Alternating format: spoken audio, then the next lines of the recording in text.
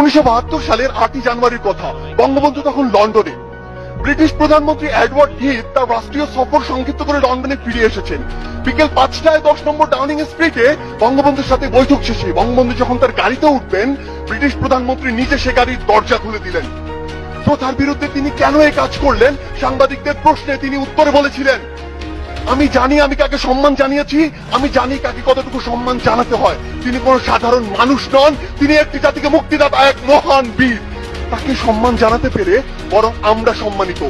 একবার ভাবুন তো, যে ব্রিটিশরা আমাদের 200 বছর শাসন ও শোষণ করেছে, সেই ব্রিটিশ প্রধানমন্ত্রী যখন আমার নেতাকে নিয়ে এই সৌজন্যতা দেখায়, এই কথা বলে, তখন আমার বুকটা কতটা প্রশস্ত হয়।